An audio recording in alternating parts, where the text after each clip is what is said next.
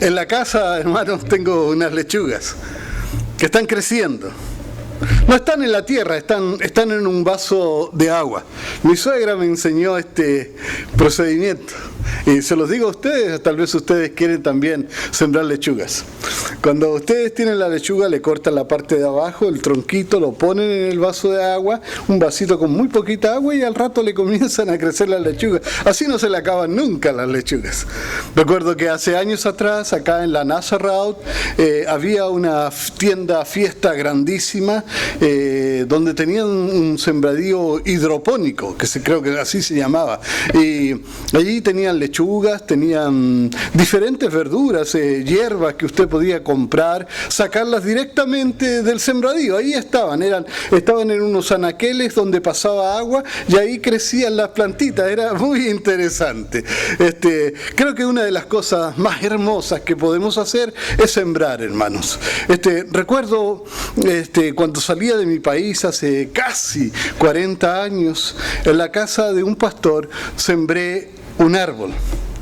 Y él me dijo: cuando regreses, este árbol estará grande y estará lleno de frutas. Desgraciadamente perdí el contacto con el pastor, pero espero que el árbol sí creció y sí está lleno de fruta. Antes de irme de mi casa en Chile, sembré muchos árboles. Y a veces cuando puedo viajar a mi casa en verano, como de esas frutas, de esos árboles, sabrosa, deliciosa.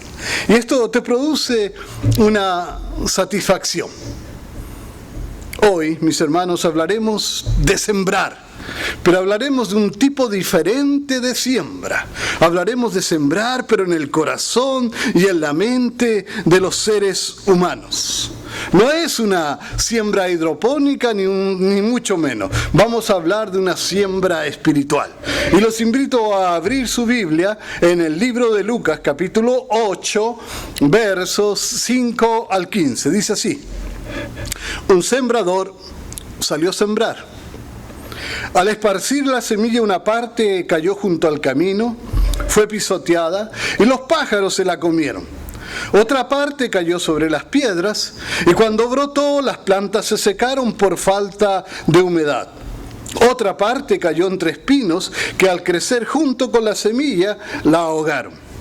Pero otra parte cayó en un buen terreno. Así que brotó y produjo una cosecha del 100 por 1. Dicho esto, exclamó: el que tenga oídos para oír, oiga. Sus discípulos le preguntaron cuál era el significado de esta parábola. Y Jesús les dijo: a ustedes se les ha concedido que conozcan los secretos del reino de Dios.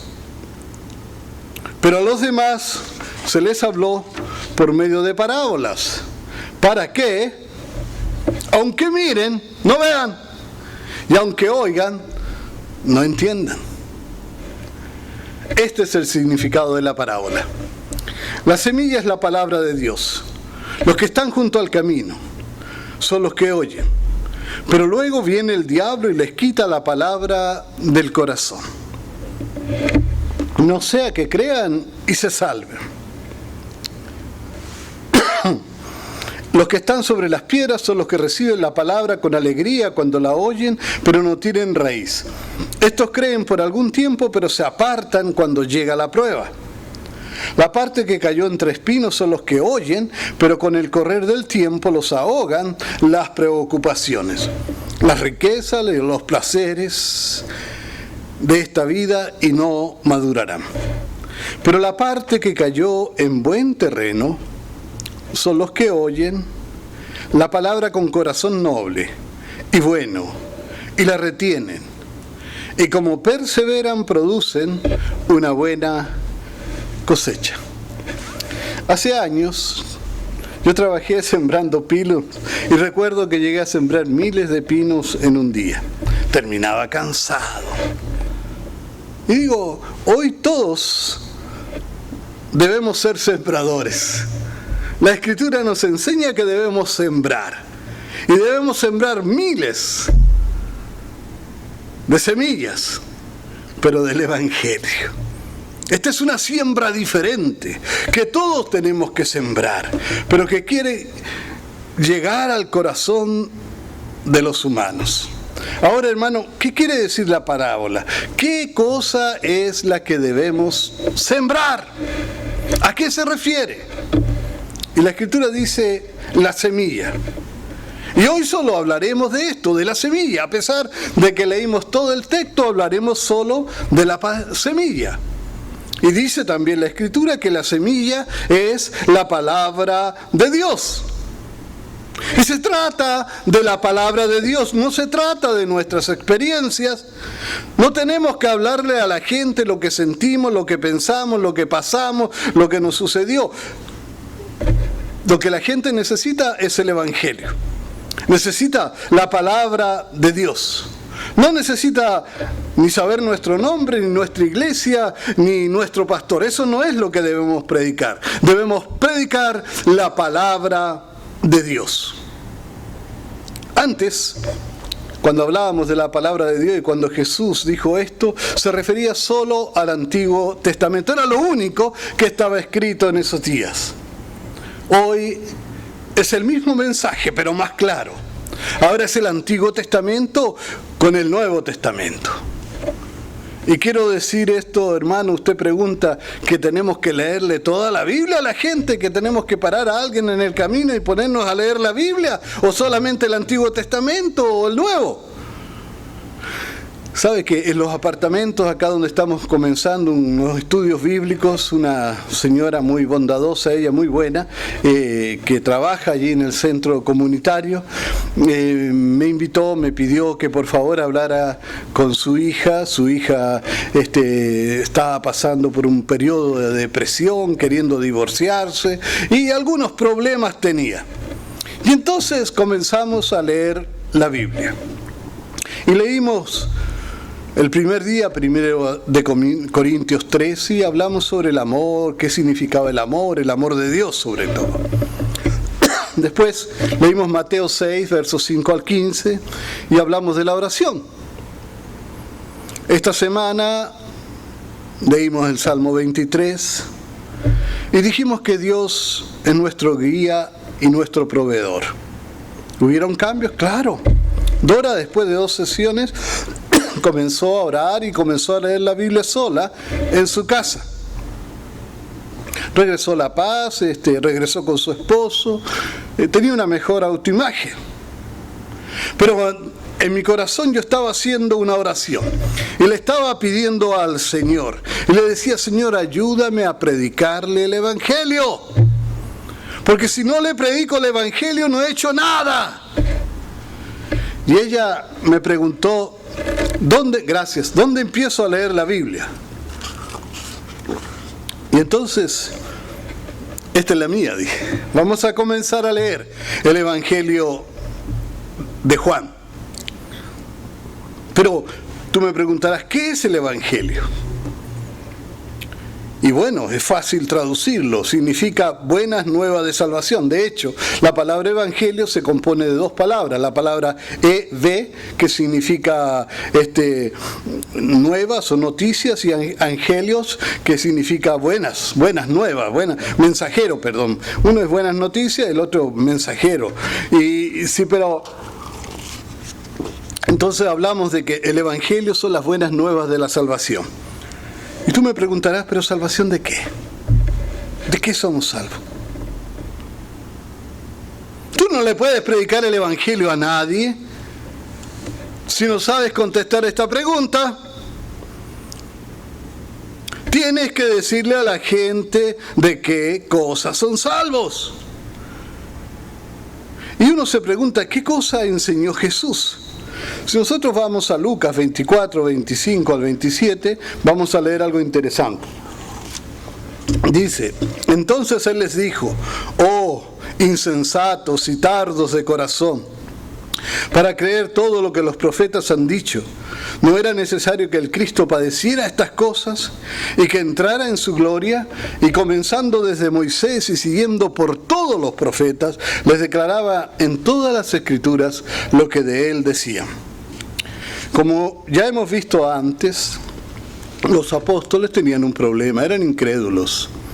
Ellos no creían lo que la Biblia enseñaba, no creían lo que Jesús les había dicho, no estaban creyendo que Él iba a resucitar, por ejemplo.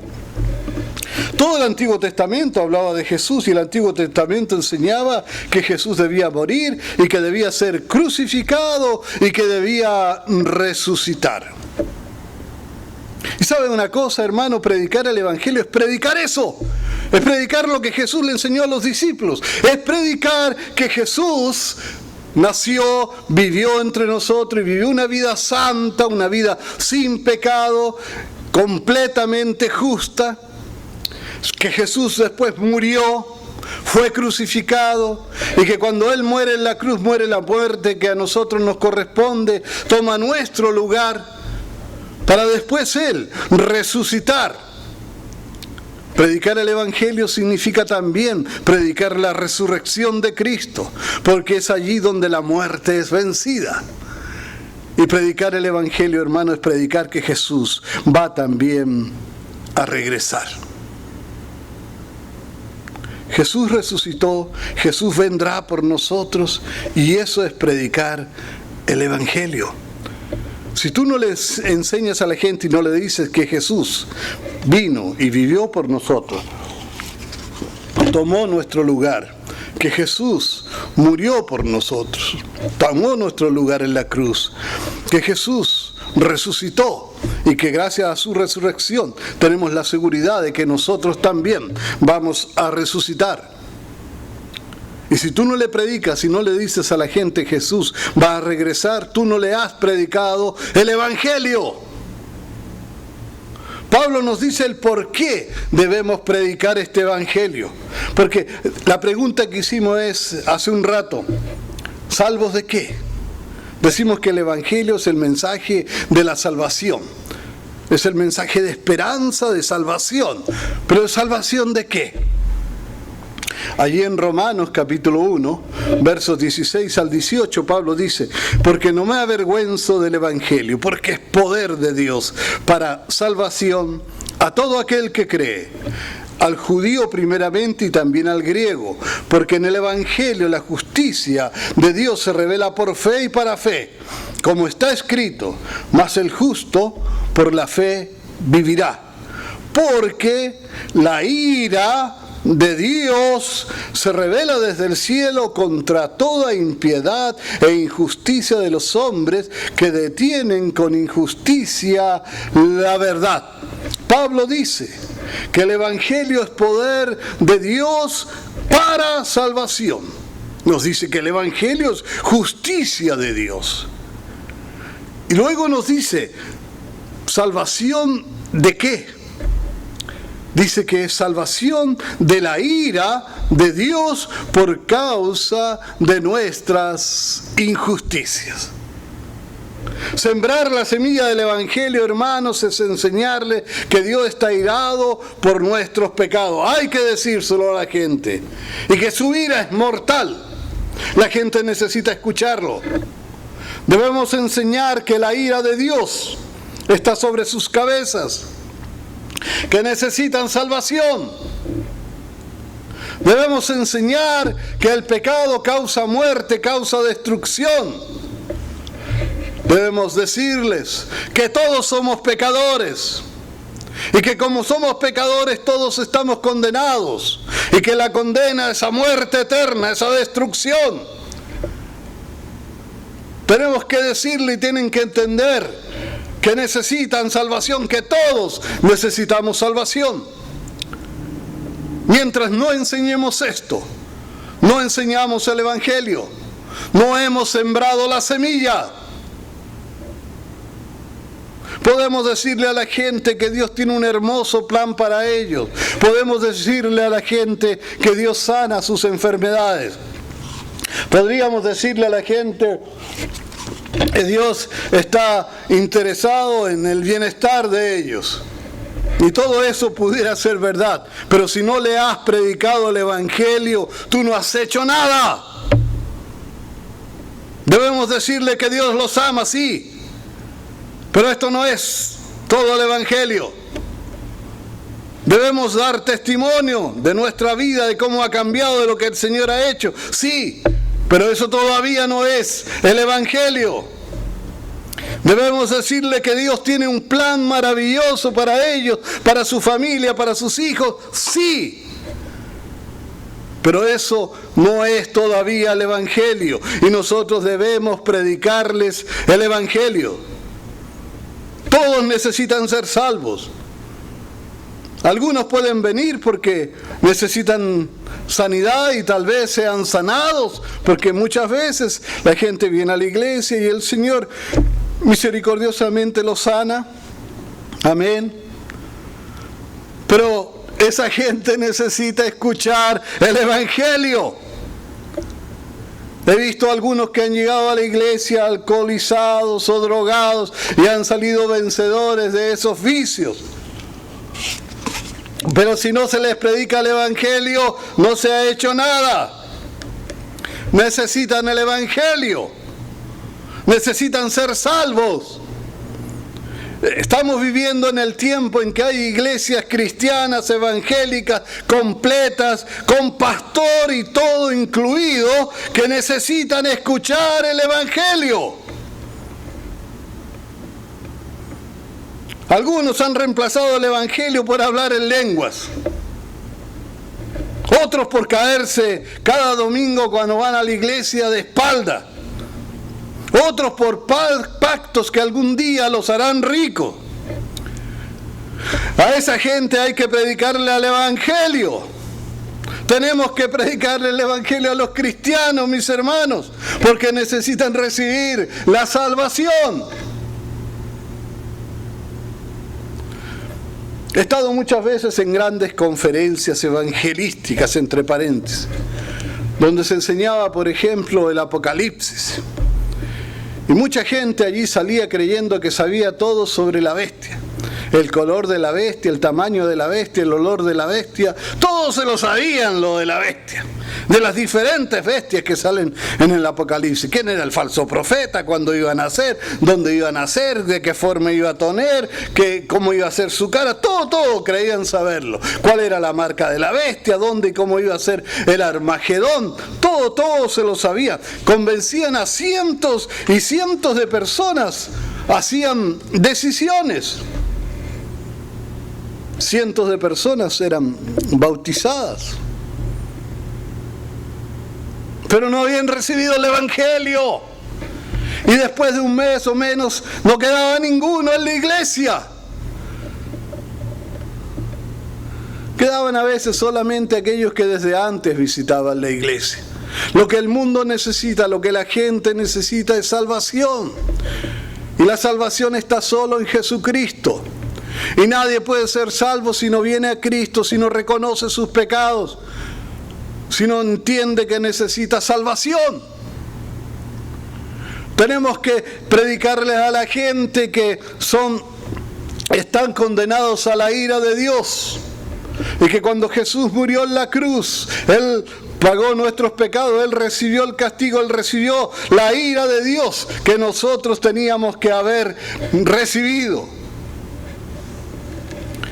He estado también en conferencias evangelísticas, hermanos, donde a veces se confunden los dogmas de una denominación con el Evangelio. Se le enseñaba a la gente cómo debía portarse, cómo debían caminar, cómo debían usar el cabello, cómo debían usar la ropa, cómo debían ponerse los zapatos casi, cómo debían cortarse el cabello, que debían comer. Un montón de leyes y un montón de reglas. Y después los bautizaban, o sea, los remojaban. Eran convencidos, pero no eran convertidos, mis hermanos. Solo el Evangelio es poder para salvación. Los dogmas, Los conocimientos, sean del Apocalipsis, sea de lo que sea, no tiene poder para convertir el alma, no tienen poder para salvar a nadie. El único que puede salvar las almas se llama Jesucristo. El sacrificio que Él hizo por nosotros es la única posibilidad que tenemos de recibir salvación y es la única posibilidad que tienen las almas de ser salvas. Sin evangelio, mis hermanos, no hay conversión. Pueden haber algunas personas que se convencen de un montón de dogmas, pero eso no es conversión. No hay poder en eso. Eso es solo letra muerta. Solo el evangelio tiene el poder que el alma necesita. Se pueden llenar iglesias de convencidos, sí, muchas iglesias, de simpatizantes del evangelio. Hay mucha gente que simpatiza con Jesús y con el evangelio, pero nunca se entrega a Jesús. Sin el evangelio no hay convertidos. Imposible que alguien se convierta si no le predicas el evangelio. La conversión, querido hermano, es un milagro sobrenatural. Es un nuevo nacimiento, es una nueva creación, es algo interno de lo más profundo, es un cambio que viene de adentro hacia afuera. Y para eso se necesita no solo conocimiento, sino el poder sobrenatural del Espíritu Santo trabajando en el corazón de las almas. El Evangelio, mis hermanos, es Jesús viviendo su vida perfecta por nosotros. Es Jesús muriendo en la cruz. Su muerte sustitutiva, sustituyéndolos a nosotros, muriendo en nuestro lugar. El Evangelio es Jesús resucitando. El Evangelio es Jesús viniendo a buscarnos cuando Él regrese. Eso es el Evangelio. Puedes predicar otras cosas. A veces es necesario predicar y hablar de otras cosas. Pero no puedes predicar el Evangelio si no predicas a Jesús, viviendo entre nosotros, crucificado por nosotros y resucitado. Hoy leía algo que me estremeció. Hay muchas iglesias en Estados Unidos y en Canadá que se están adhiriendo a un movimiento que se llama algo como Islam, o sea, una mezcla de cristianismo con islamismo. Y los pastores a veces a la gente le lean el Corán y le leen la Biblia y creen que eso está correcto. Y la verdad me estremece pensar eso, porque eso no es el Evangelio. El Evangelio no es mezclar la filosofía o las doctrinas o las enseñanzas de un señor llamado Mahoma, ¿no es cierto?, con las enseñanzas de Jesucristo. El Evangelio, mis hermanos, es Jesús muriendo por nosotros, porque la ira de Dios estaba sobre nosotros, estábamos condenados.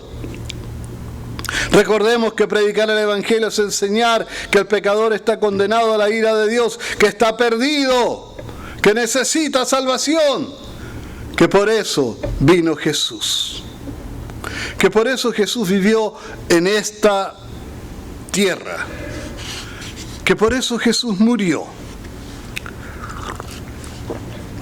que Jesús recibió el castigo de los que vienen a Él, que su vida santa reemplaza nuestra vida pecadora, que por Él somos justificados, que aquel que acepta a Cristo, cuando el Padre lo mira, ya no lo mira a Él, sino que mira a Jesús en Él. Eso es lo que el mundo necesita, eso es lo que la iglesia necesita, eso es lo que el humano necesita, eso es lo que el cristiano necesita. No necesitamos una mezcla de filosofías, ni nada que se acomode a los tiempos en que estamos viviendo. Necesitamos el mismo Evangelio de antes. El mundo necesita la cruz ensangrentada hoy, tal como la necesitó antes. Jesús dijo: yo soy el camino, la verdad y la vida. Nadie viene al Padre si no es por mí. Solo Jesús. Jesús es exclusivista. Recordemos, hermanos, que por fe en Jesucristo recibimos la justicia de Él y recibimos vida eterna. Y que eso es sembrar la semilla. Es imposible sembrar la semilla sin predicar a Jesucristo en la cruz, sin predicar el Evangelio. El Señor te bendiga. Ese es nuestro deseo y oración.